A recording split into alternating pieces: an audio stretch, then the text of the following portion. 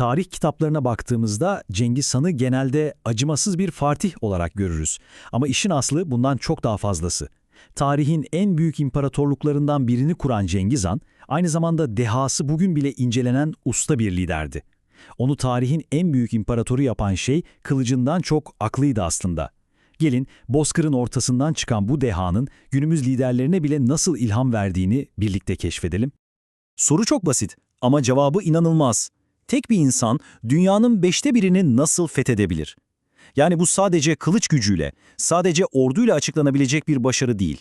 Hayır, bu müthiş bir stratejinin, insan psikolojisini anlamanın ve asla taviz verilmeyen ilkelerin bir sonucuydu. Bu incelememizde Cengiz Han'ın liderlik felsefesini 4 ana başlıkta ele alacağız. Önce her şeyin başladığı yere, yani liderin kişisel temellerine bakacağız. Sonra güven ve adalet anlayışına, oradan stratejik dehasına ve en sonunda da günümüze kadar uzanan o kalıcı mirasına odaklanacağız.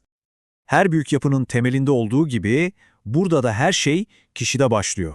Cengiz Han'ın kurduğu o devasa imparatorluğu anlamak için önce onu ayakta tutan kişisel inanç ve disiplin sistemini çözmemiz şart. Cengiz Han'ın içinde yanan bir ateş vardı. İlahi bir görev için seçildiğine tüm kalbiyle inanıyordu. Bu inanç ona akıl almaz bir motivasyon sağlıyordu. Biliyor musunuz, büyük kararlar almadan önce Kutsal Burhan Haldun Dağı'na çekilip günlerce dua ederdi. Ama işin en ilginç yanı ne? Bu kadar derin bir inanç onu asla hoşgörüsüz yapmadı. Tam tersine, imparatorluğundaki herkese din özgürlüğü tanıması o dönem için adeta bir devrimdi. Hatta Müslümanların ve Taoistlerin adanmışlıklarından derinden etkilendiği ve onlardan ilham aldığı bile söylenir. Lüks, şatafat, bunlar onun kitabında yazmıyordu.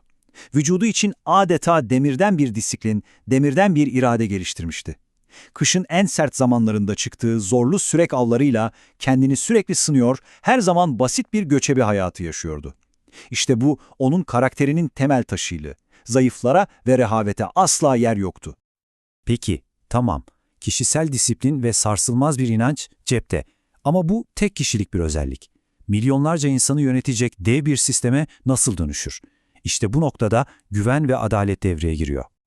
Cengiz Han için liderliğin belki de ilk ve en önemli kuralı buydu, güven. Çünkü şunu çok iyi biliyordu. İnsanların liderlerine güveni kalmadığı an herkes sadece kendi başının çaresine bakmaya başlar. İşte bu yüzden bir liderin insanlara verebileceği en büyük şeyin hediyeler ya da rüşvetler değil, sarsılmaz bir güven duygusu olduğuna inanırdı. Bu basit ama inanılmaz güçlü söz aslında onun bütün yönetim felsefesini özetliyor. Ona göre sadakat, parayla, pulla, hediyelerle satın alınamazdı. Sadakat ancak ve ancak adaletle ve tutarlılıkla kazanılabilirdi. Zaten bu yüzden en yetenekli generalleri ona kan bağıyla değil, işte bu sarsılmaz sadakatle bağlıydı. Güveni inşa etmenin yolu nereden geçiyordu peki? Tabii ki adaletten. Cengiz Han'a göre kurallar olmadan bir lider etkili olamazdı. Ve bu kurallar öyle havada kalmayacaktı. Mutlaka yazılı olmalıydı. Adaleti uygularken de kimseden taviz vermezdi. Kendi ailesinden birini bile cezalandırmaktan bir an olsun çekinmezdi. Hatta imparatorluğun kendisinden sonra da ayakta kalabilmesi için miras kavgalarını önleyecek adil bir viraset sistemi bile kurmuştu. Evet, imparatorluğu içeride adaletle bir arada tutuyordu. Peki dışarıda nasıl büyütüyordu? İşte şimdi de onun askeri ve siyasi dehasının sırlarına yakından bakalım. Cengiz Han'ın belki de en şaşırtıcı özelliklerinden biri bilgiye olan doymak bilmez açlığıydı. Hata yapma riskini en aza indirmek için statüsüne, kökenine bakmadan herkesten tavsiye alırdı. Onun için bir çobanın gözlemi, bir generalin stratejisi kadar değerli olabilirdi.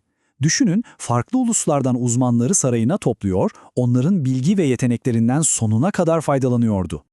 Asla dogmatik, yani benim bildiğim en doğrusu diyen biri olmadı. Aksine son derece pragmatikti. Fethettiği ülkelerde işe yarayan ne varsa almaktan hiç çekinmedi. Onların yazı sistemlerini, bürokrasilerini, teknolojilerini anında kendi sistemine dahil etti. İşte bu inanılmaz uyum sağlama yeteneği Pax Mongolica, yani Moğol barışı olarak bilinen o meşhur istikrar döneminin de temelini attı. Ve işte geldik o meşhur 4 adımlı zafer formülüne. Cengiz Han kazanamayacağı bir savaşa asla ama asla girmezdi. Önce düşman hakkında ne var ne yoksa öğrenirdi. Sonra kendi gücüyle karşılaştırırdı. Ardından sabırla en doğru anı bekler ve o an geldiğinde de tam bir kararlılıkla şimşek gibi harekete geçerdi. Yani savaş daha başlamadan çok önce beyinde kazanılırdı. Peki, tüm bu ilkeleri, tüm bu parçaları birleştirdiğimizde ortaya nasıl bir miras çıktı? Son bölümümüzde Cengiz Han'ın liderlik felsefesinin kalıcı etkilerine ve neden hala konuşulduğuna bakıyoruz. İşte Cengiz Han'ın mirasının özeti aslında tam olarak bu. Kişisel disiplinle başlayan bir yolculuk, küresel bir stratejiye dönüştü. Az önce anlattığımız tüm bu ilkeler bir araya gelerek sadece kılıç gücüyle değil, akıl, adalet ve bitmek bilmeyen bir öğrenme arzusuyla inşa edilmiş, tarihin en büyük ve en istikrarlı imparatorluklarından birini ortaya çıkardı. Ve bu da bizi son ve en önemli soruya getiriyor.